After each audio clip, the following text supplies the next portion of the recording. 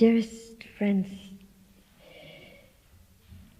we left Abdu'l Bahá, aged nearly 19, at the moment when he accompanied Baha'u'llah out of the garden of Najib Pasha, the Nabajiyya garden, which we know as the Rizwan garden. It was the 3rd of May, 1863.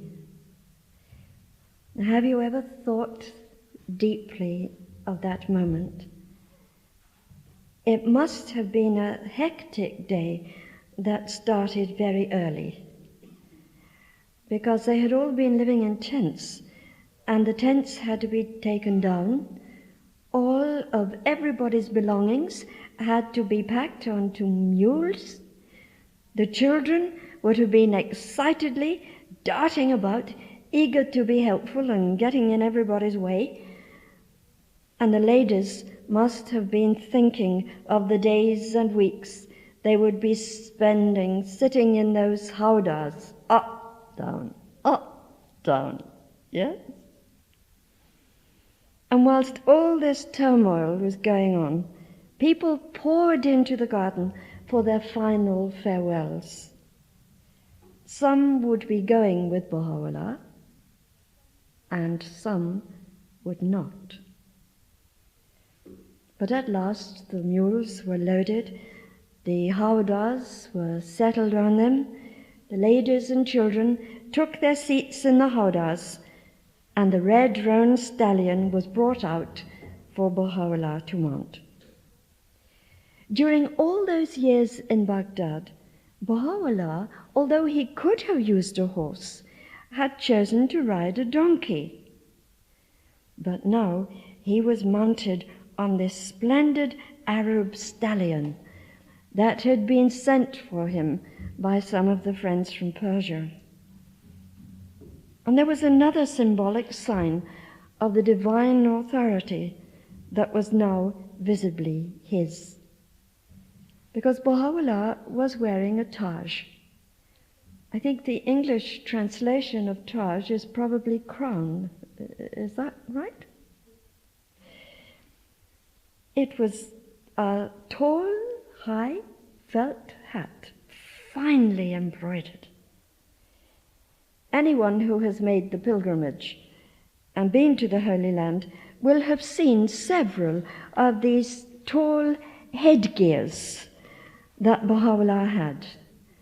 One is red, there's a green one, a yellow one, a white one, you may remember, and each one is beautifully embroidered. All this was noted by the people who had crowded into the garden.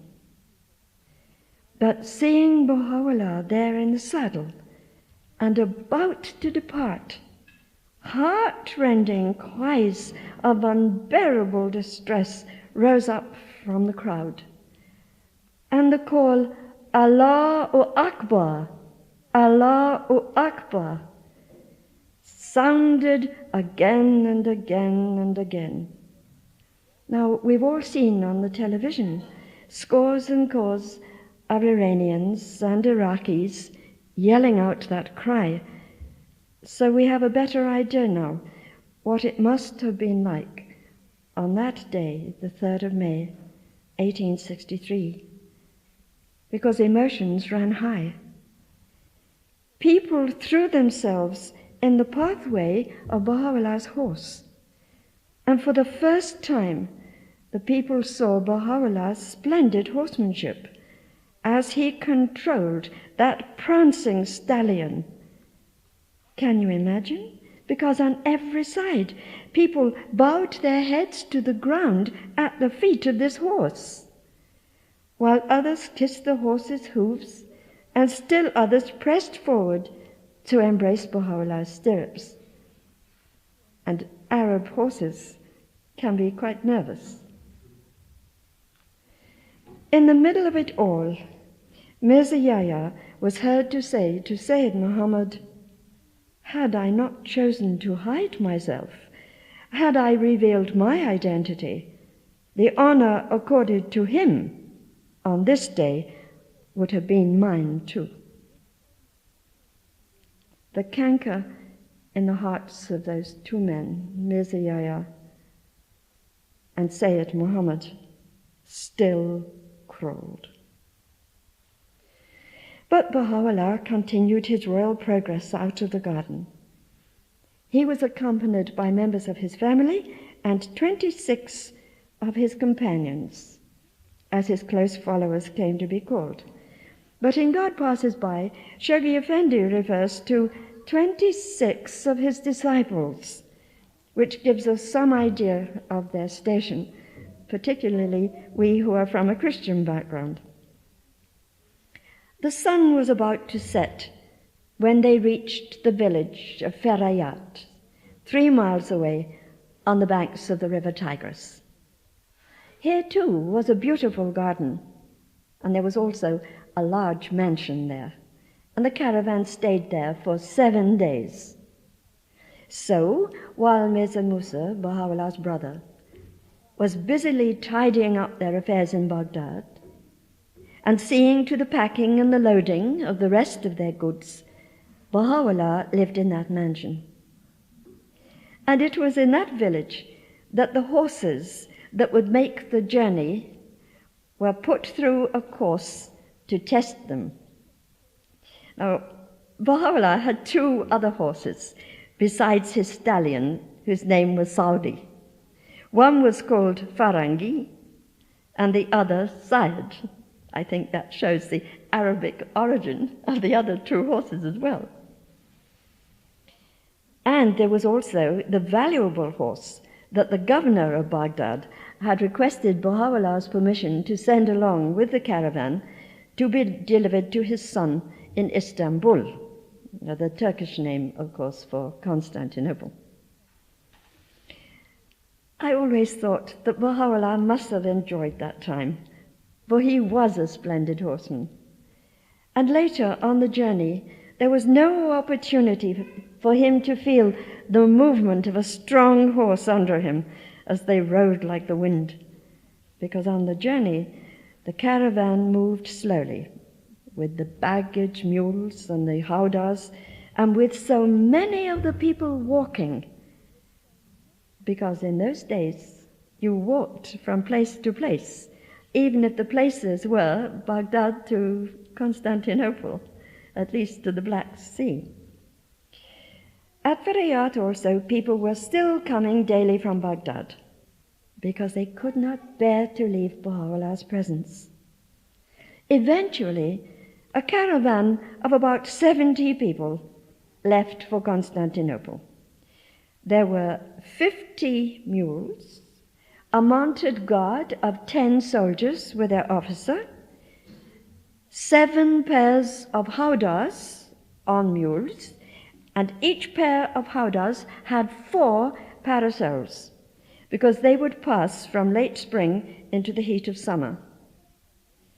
And they would travel for almost 4 months, by day, or when it was very hot, by night, at the pace of those who were walking. And the one who did most of the organization of that whole trip was Abdu'l Bahá, now 19 years old. The route had to be planned day by day.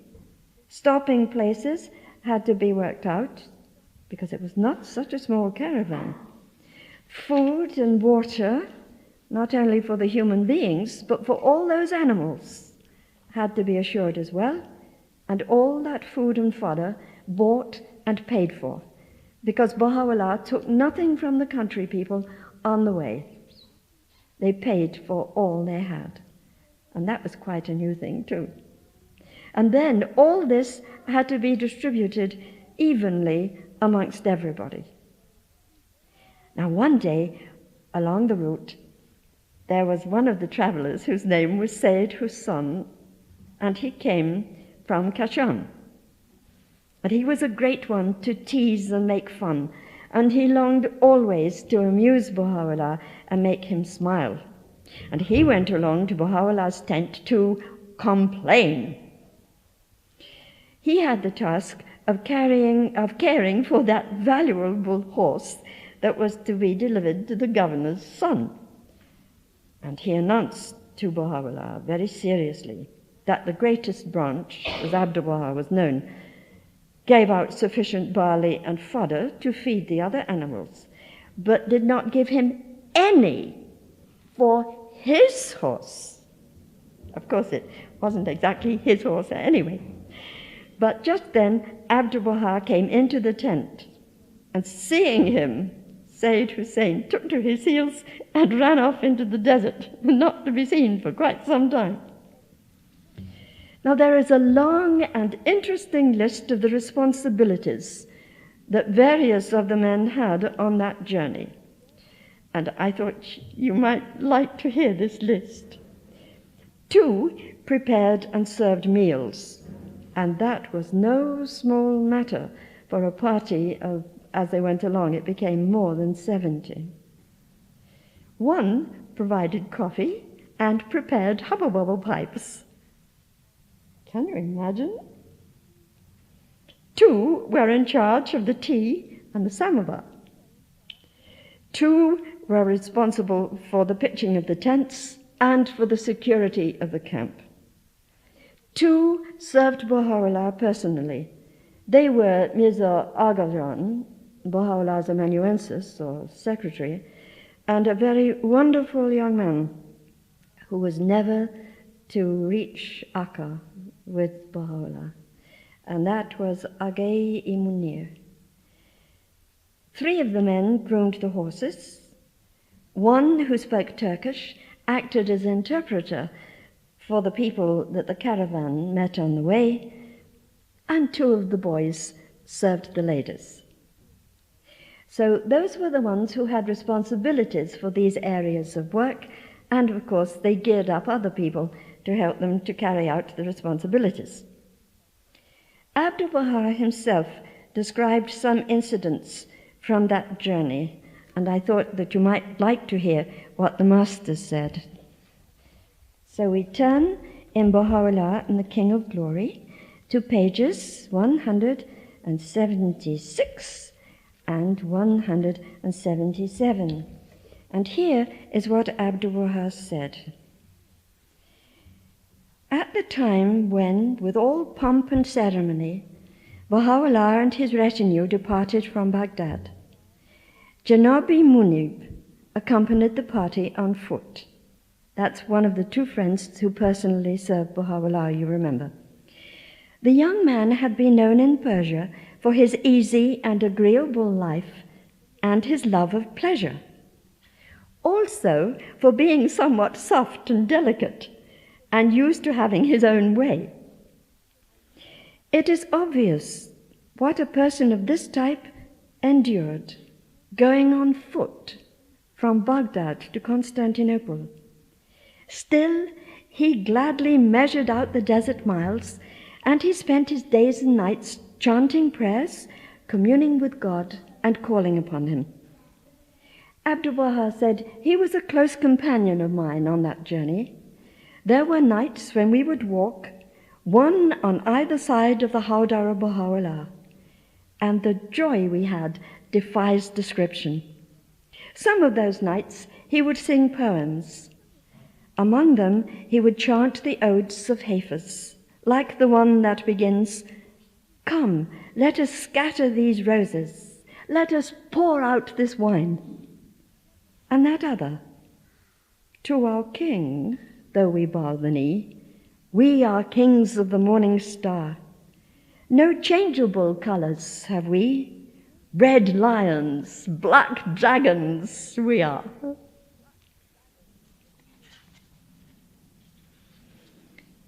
And then later, Abdu'l Bahá was talking with his secretary, and he said that on that journey they rested not for a moment. Upon our arrival, they would immediately become engaged in cooking. These were the 2 men who prepared and served the meals. After our arrival, they would immediately become engaged in cooking for this party of nearly 72 people.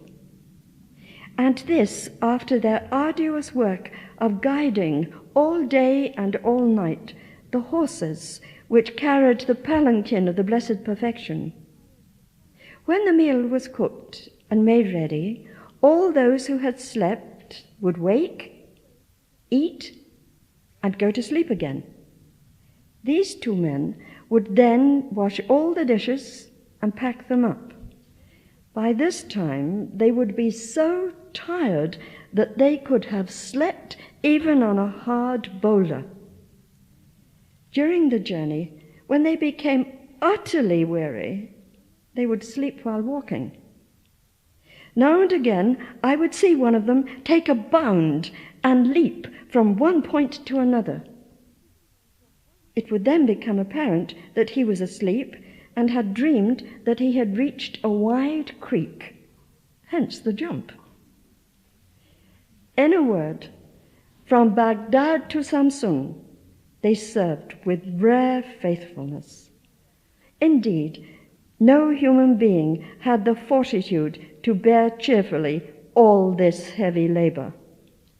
But because they were kindled by the Spirit of God, they performed all these services with the greatest happiness. I remember how, in the early morning, when we wanted to start for another caravanserai, we often found these two men fast asleep. We would go and shake them, and they would wake with much difficulty. While walking, they always chanted communes and supplications. Baha'u'llah at that time explained in brief, but nevertheless with telling words, the nature of the journey which lay ahead of them. He said, often by day or by night, we covered a distance of from 25 to 30 miles. No sooner had we reached a caravanserai than the sheer fatigue made everyone lie down and go to sleep. Utter exhaustion having overtaken everybody, they would be unable even to move. But Abdu'l Bahá himself often had little or no rest during those stops, for his was the duty to see that the large party, including the animals, were supplied with food and daily necessities. But we have some words from the greatest holy leaf about Abdu'l Bahá's situation on that journey. Because he told somebody one day, sometimes my brother was exhausted. And then, when the caravan had got underway, he would take one of the horses, and remember these were the fast Arabian horses. He would take one of the horses and he would ride on and on and on into the distance. And when he had gone a long way, he would stop the horse, get off, and the horse itself would lie down. And Abdu'l Bahá then would also lie down, put his head on the horse's neck, and go to sleep. And the horse, of course, had its ear to the ground. And so the horse could feel the vibrations of the caravan when it was coming nearer and nearer. And then the horse, with its leg, would nudge Abdu'l Bahá until the master woke up, got up, the horse would get itself up, turn around, and Abdu'l Bahá rode it back until they reached the caravan. Then Abdu'l Bahá always gave the horse over to one of the grooms and walked beside Baha'u'llah, who was either riding one of the other horses or sometimes sitting in one of the howdahs. There is no time to tell of the wonderful ways in which the caravan was received and treated as it wound along the way. But it was a truly royal progress. And eventually they reached Samsun on the shores of the Black Sea.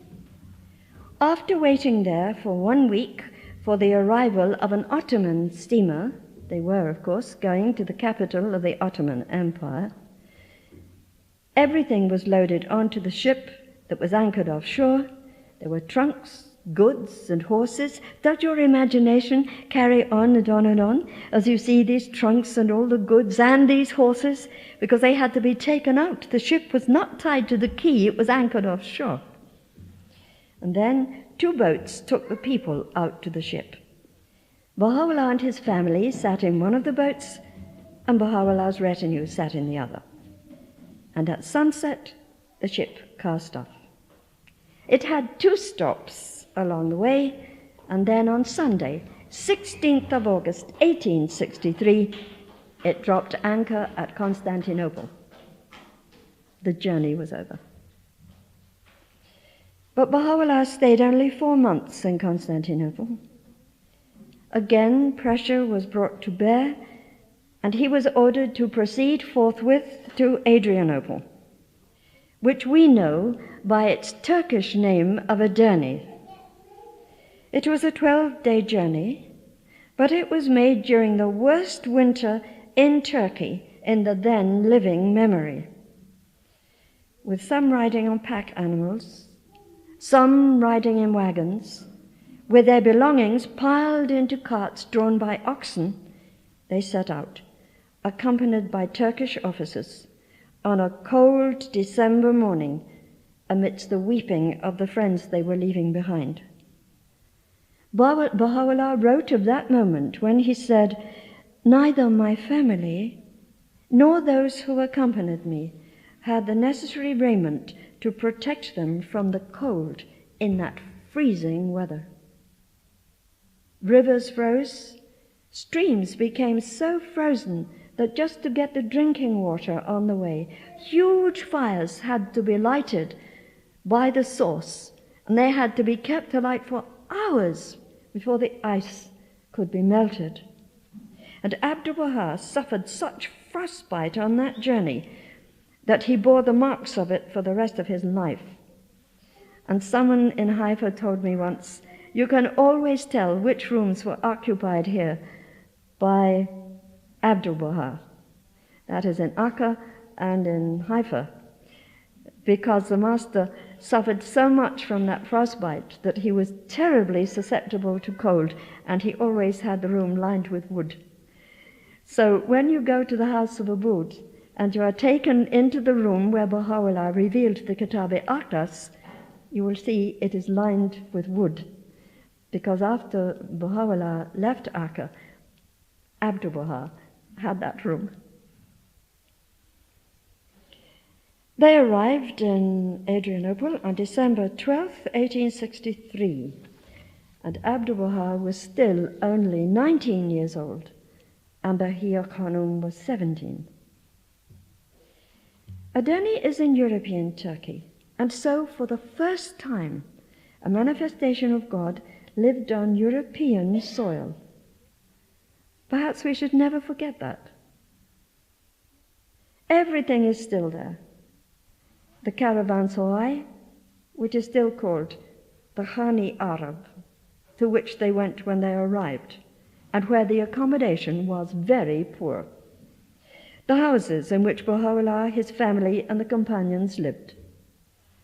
The mosque which Baha'u'llah attended. And also now there is an active local spiritual assembly and a Baha'i community. And when we were having lunch one day in Cyprus, when I was over there, a member of that assembly, talking about Edirne, drew for me on the back of a serviette a map showing the places associated with Baha'u'llah there.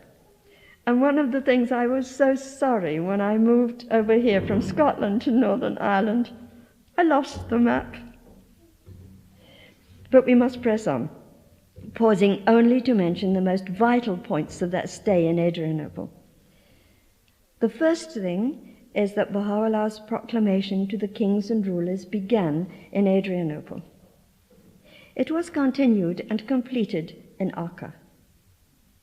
The second thing is that the final rift between Mirza Yahya and his older brother, Baha'u'llah, despite all Baha'u'llah's efforts to prevent it, took place there. It was there that Mirza Yahya attempted to poison Baha'u'llah. And everyone who has been to Haifa will have seen the handwriting of Baha'u'llah before that incident and after it. Because the poisoning, which made him seriously ill for weeks, left him with the shaking of a hand from which he never recovered, and his writing shows that. This difficulty and trouble within Baha'u'llah's own family caused confusion and endless problems. Confusion in high places amongst the Turkish officials who were not against Baha'u'llah himself. But the confusion was so much, it led to other difficulties and problems. And they were passed down the generations to Abdu'l Bahá and even to Shoghi Effendi. This is covenant breaking. Mirza Yahya broke the covenant of the Bab, egged on always by Sayyid Muhammad of Isfahan and those who circled round him. Baha'u'llah named Adrianople this remote prison. He lived there for nearly 5 years. One day in the mansion of Baji, he recalled some of those days. And his words also give us valuable guidance about how to teach. And to look at this, we turn to Abdu'l Bahá by Mr. Balusi, and we look to pages 26 and 27. And this is what Baha'u'llah said. In Baghdad, we ourselves would go and take a seat in the coffee house to meet people, friends and acquaintances and strangers, and inquirers alike. We brought those who were remote near to the faith and led many a soul into the fold of the cause. Thus we served the cause of God, gave victory to his word, and exalted his name. The most great branch undertook the same task and served in the same way, but to a much greater degree, in Adrianople, and then to a far greater extent and with greater efficacy in Akka. The same hardships and afflictions which were ours in the early days befell him. In Baghdad we were not prisoners, and the cause of God had not obtained a fraction of the fame which it has gained today. At the same time, the number of its opponents and adversaries and ill-wishers were far less than today.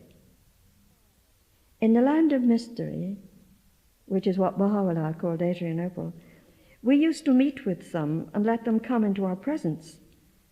But in the most great prison, we do not meet the people who are not within the fold of the cause. We have closed the doors of social intercourse. It is the Master who has taken every trouble upon himself.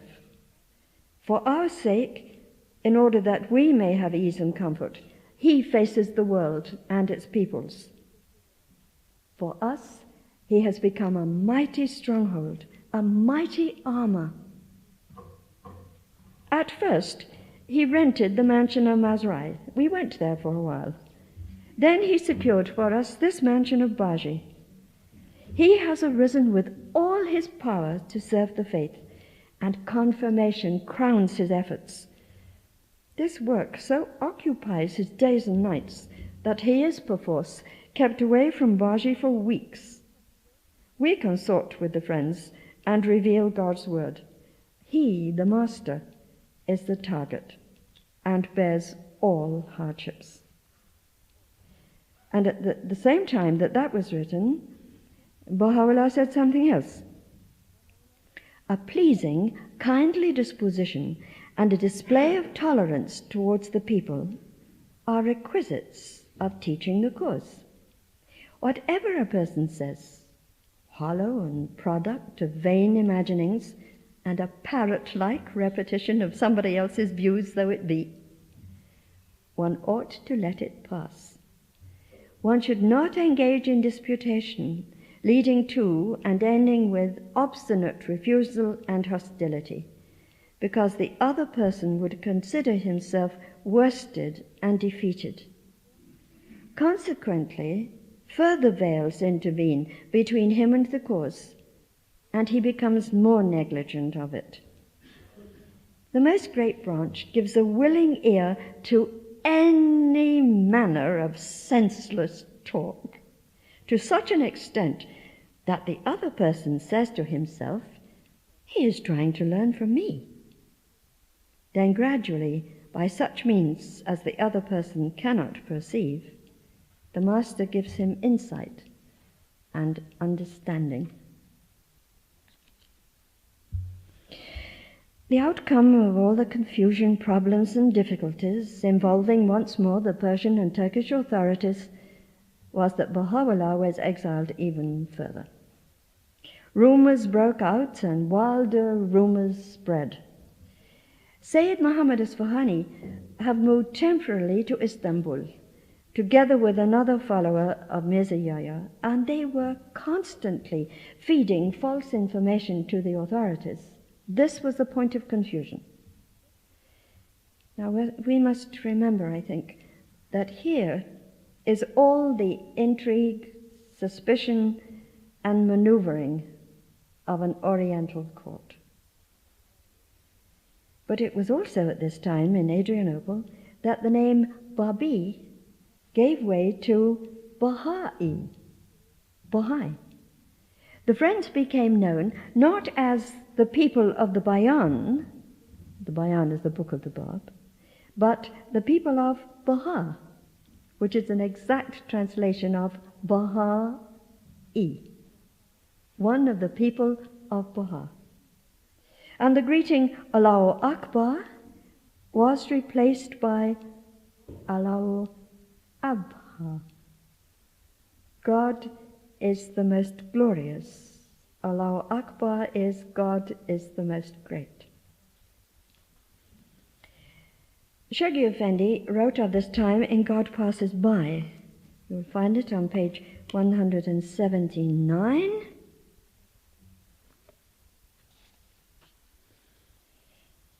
And the Guardian said, "Suddenly one morning, the house of Baha'u'llah was surrounded by soldiers. Sentinels were posted at its gates. His followers were again summoned by the authorities, interrogated, and ordered to make ready for their departure. The loved ones of God and his kindred, is Baha'u'llah's testimony, were left on the first night without any food. The people surrounded the house, and Muslims and Christians wept over us. We perceived that the weeping of the Christians exceeded that of the weeping of others. That is a sign for such as plunder. One of the followers of Baha'u'llah wrote, "A great tumult seized the people. All were perplexed and full of regret. Some expressed their sympathy, others consoled us, some wept over us. Most of our possessions were auctioned at half their value. Some of the consuls of foreign powers called on Baha'u'llah and expressed their readiness to intervene with their respective governments on his behalf, suggestions for which he expressed his appreciation, but which he firmly declined. And Baha'u'llah himself has written, the consuls of that city, Adrianople, gathered in the presence of this youth at the hour of his departure and expressed their desire to aid him. They verily evinced towards us manifest affection."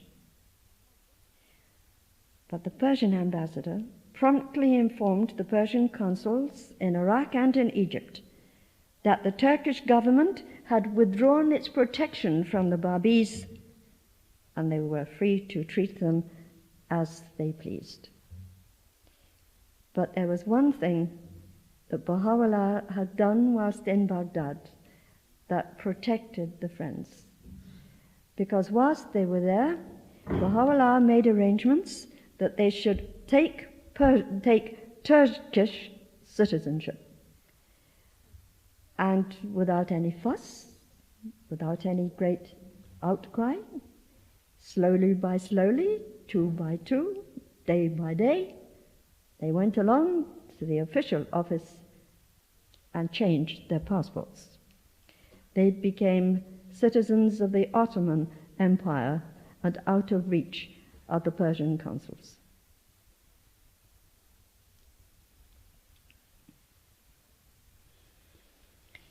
There is one more incident that conveys the emotions and the high feelings of those days.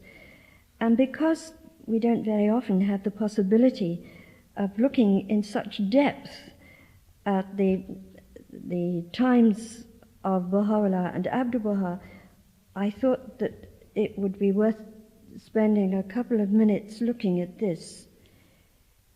Because in one of the accounts which was written of those days, it says that two brothers, Haji Jafar and Haji Taki, resided in the inn. They were not molested nor imprisoned, and it was therefore assumed that they would be left behind. But they were most of the time in the Baruni. Do you remember from yesterday this Baruni, which was where the men received their guests and the women never went there? Most of the time they were in the Baruni, and they came and went without hindrance. One night, after sunset, we all went into the Baruni, and Haji Jafar and his brother were both there. Haji Jafar got up and went over to the window which overlooked the street. Soon we heard a hissing noise, and, going to investigate, we found that the Haji had cut his throat, and blood was gushing out. We were greatly perplexed. Should he die, we said, how could we prove that he had committed suicide? And so we hurried to convey the news to the Most Great Branch. Everybody in trouble hurried to Abdu'l Bahá. He came out to the Baruni, and since the house of the judge, the Qadi, was near, the master sent for him and also for a surgeon who lived in the neighborhood. Then a crowd gathered. The surgeon took hold of the Haji's throat, cut as it was, and this action revived the Haji, who began to speak. The judge asked him, "You did this to yourself?" "I myself," he replied. "But why?" the judge asked. "Because," he answered, "I saw that I was about to be deprived of accompanying my Lord, of the bounty of his presence. So I did not wish to live." "With what instrument did you cut your throat?" the judge asked. "With a razor, such as is used by barbers, which I bought in the bazaar," the Haji replied. They made a search. They found the razor in the street and brought it. The Haji was repeatedly questioned, and he stoutly stood by his answer, that he found the thought of life unbearable in separation and wished to die. All these questions and answers were put down in writing. The surgeon expertly attended to the Haji's self-inflicted wound, and eventually he recovered. The comments on the astonishment of the onlookers were these: "These people know that banishment entails imprisonment and much hardship, yet they prefer it to being left behind and choose death rather than separation.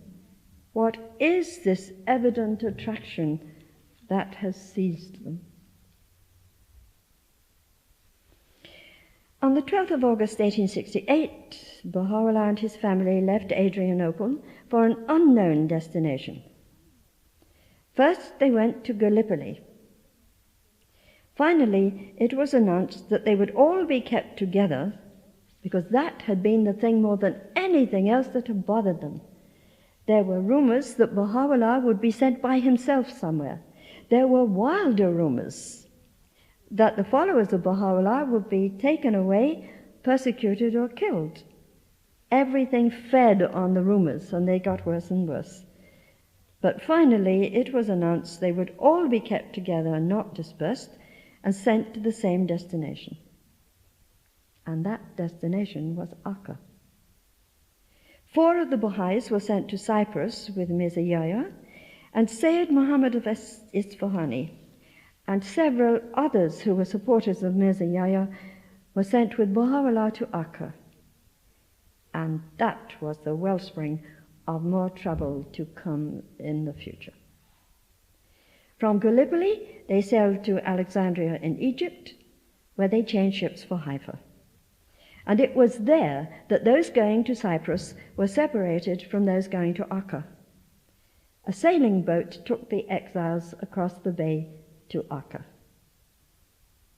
Then a prison colony, Akka is one of the oldest continuously inhabited cities in the world. It has always been a very important city strategically, but its fortunes have gone up and down, and sometimes it just sunk into the state of a dilapidated village.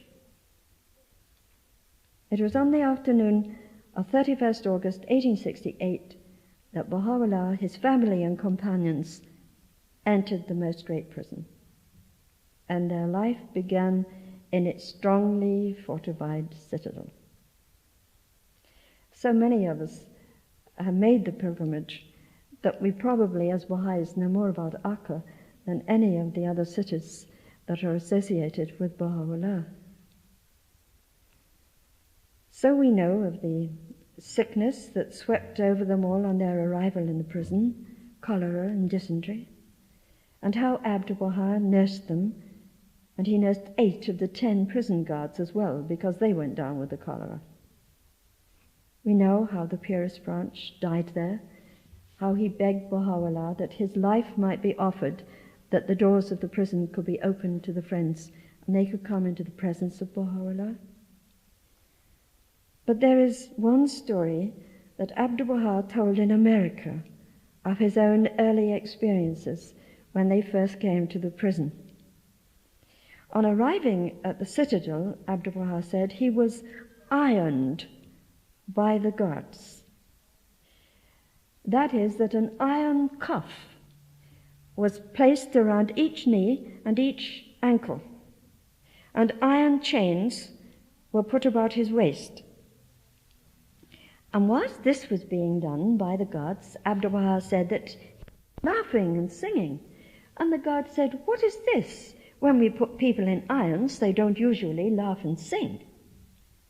Gradually, however, those guards began to develop a great affection for Abdu'l Bahá.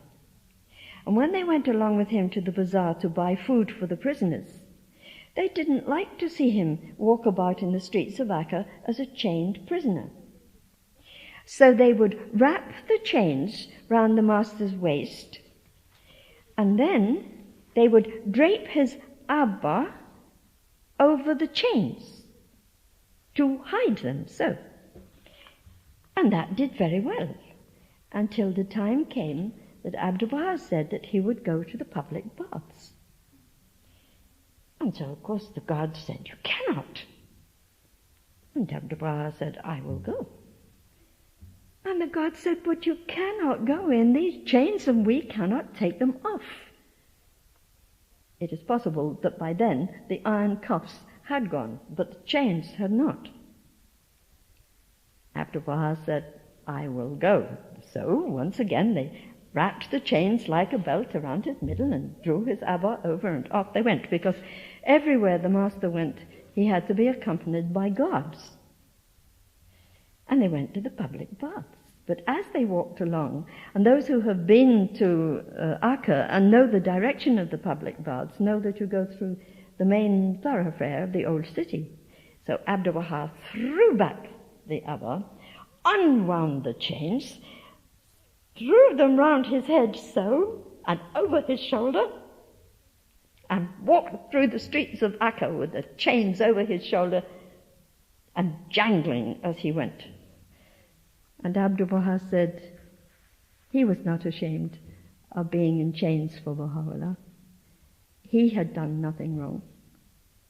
And this was his pride and happiness, to serve Baha'u'llah in this way. After 2 years, the Turkish authorities needed to house troops in the barracks in the citadel. So Baha'u'llah and those with him were moved into the city of Akka itself. And many of us have visited the house of Abud. How many have visited the house of Abud? Yes, many of us, isn't it? That was the house where Baha'u'llah was kept under house arrest for 7 years. It was there that Baha'u'llah revealed the Kitab-i-Aqdas.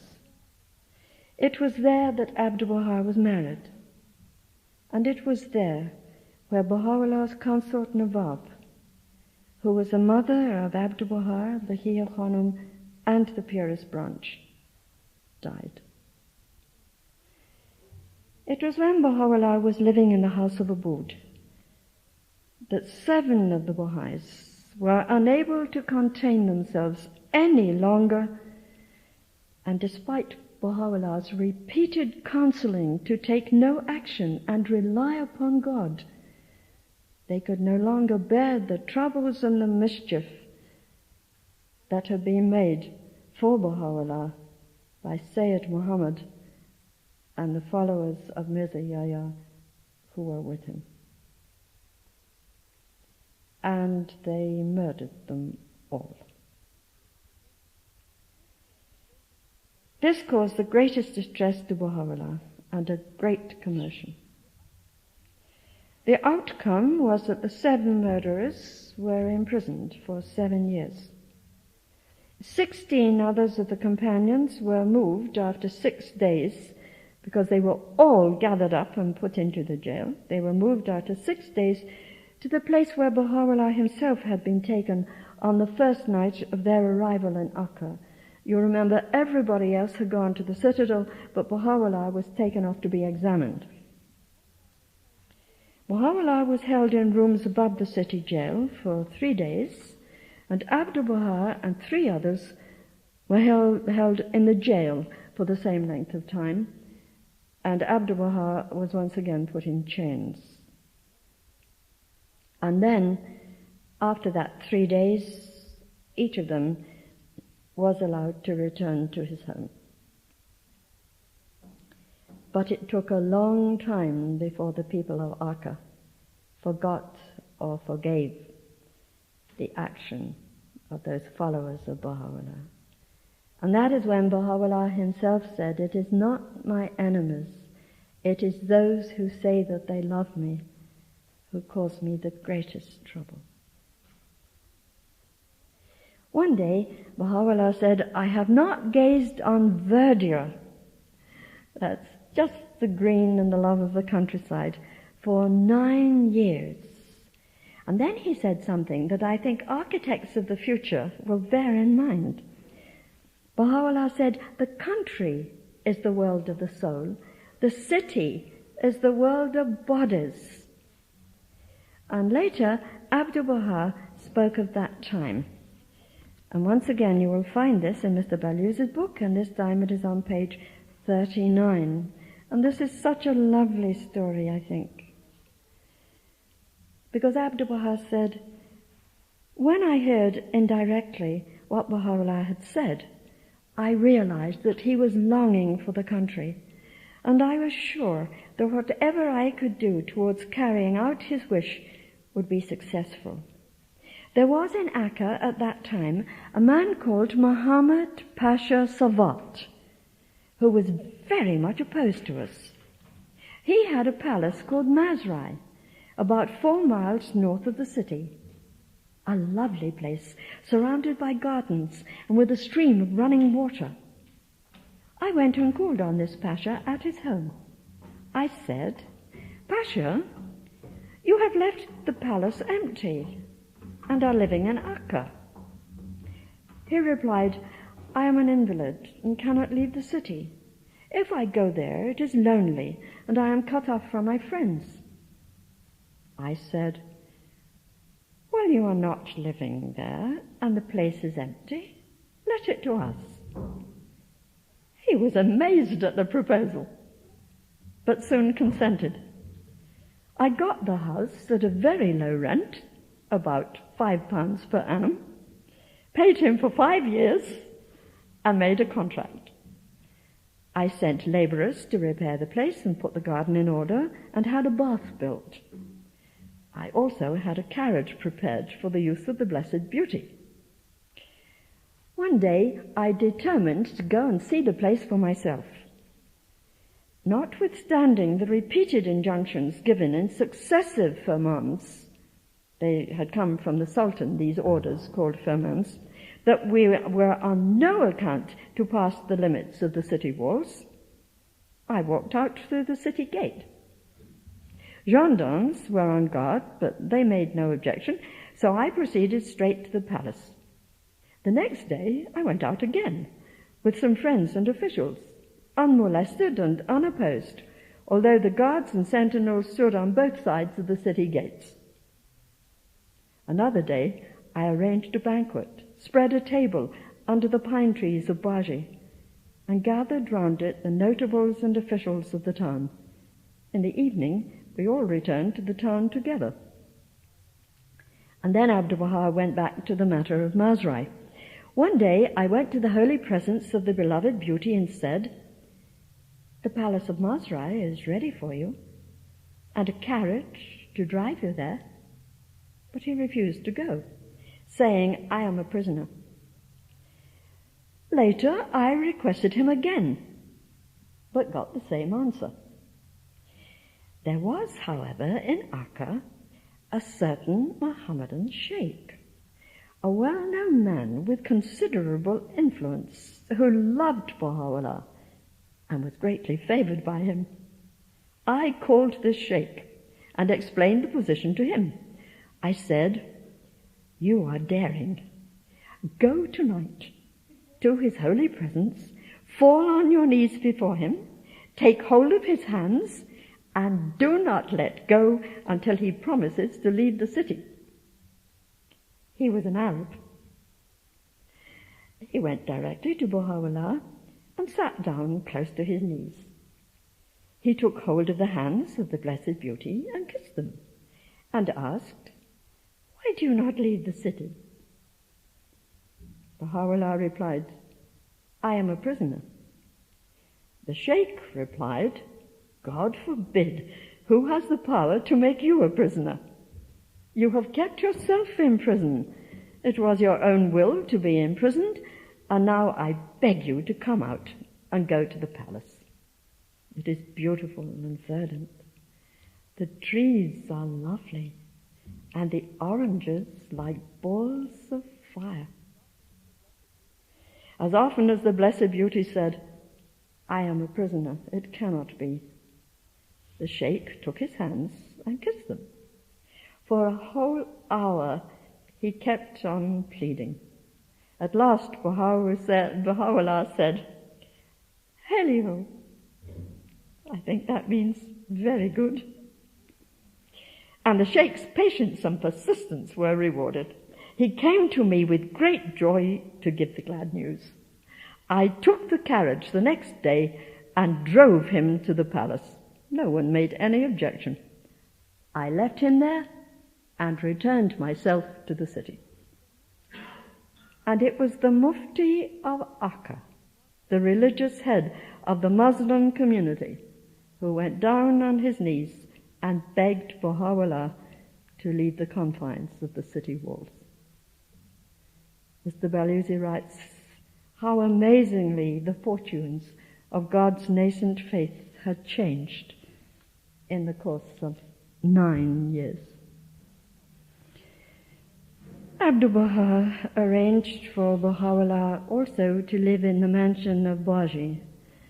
After 2 years at Masrai, Baha'u'llah moved to the mansion and there remained until his ascension on May 29th, 1892. During those years, Baha'u'llah visited Haifa 4 times. Have we got time or must I stop? 3 minutes. Then we cannot look to see exactly what happened to Baha'u'llah on Mount Carmel, but the last time that he went there, he stayed 3 months, I think it was. It may have been 4. But during one of those times, that was when Baha'u'llah pointed out to Abdu'l Bahá the exact spot on which the shrine of the Bab should be built. Already 9 months before his ascension, Baha'u'llah had expressed his desire to leave this world. And from that time onward, it became more and more clear that the end of his earthly life was approaching. On the night of May 7th, 8th, he contracted a slight fever, which mounted but then subsided. He continued to grant interviews to certain friends and pilgrims. 6 days before he passed away, he saw all the members of the family. He saw the men separately, but then he saw the ladies. He even saw the children. Baha'u'llah left a wee tablet for each of the children. He never forgot the children. And to the men and to the women, he said to each group that he saw, "I am well pleased with you." And he said to the ladies that he had left instructions to the Master who would care for them. The general condition became worse, complications set in, and at the hour of dawn on May 29th, 1892, Baha'u'llah's spirit left this world. His physical remains were laid to rest the same day in the place where they still lie, the shrine of Baha'u'llah, beside the mansion of Bashi. To the Baha'is in Persia, Egypt, Syria, Iraq, and other Ottoman dominions, in Caucasia and in Turkestan and other lands of the East, Abdu'l Bahá sent his first message to them. You will find it in Mr. Ballius's book on pages 48 and 9. He is the all-glorious, the world's light, once resplendent upon all mankind, has set, to shine everlastingly from the Abha horizon, his kingdom of fadeless glory, shedding splendor upon his loved ones from on high, and breathing into their hearts and souls the breath of eternal life. O ye beloved of the Lord, beware, beware lest ye hesitate and waver. Let not fear fall upon you, neither be troubled nor dismayed. Take ye good heed, lest this calamitous day slacken the flames of your ardor and quench your tender hopes. Today is the day for steadfastness and constancy. Blessed are they that stand firm and immovable as the rock, and brave the storm and stress of this tempestuous hour. They, verily, shall be the recipients of God's grace, shall receive his divine assistance, and shall be truly victorious. The Sun of Truth, that most great light, has set upon the horizon of the world to rise with deathless splendor over the realm of the limitless. In his most holy book he calleth the firm and steadfast friends. O peoples of the world, should the radiance of my beauty be veiled, and the temple of my body be hidden, feel not perturbed. Nay, arise and bestir yourselves, that my cause may triumph, and my word be heard by all mankind.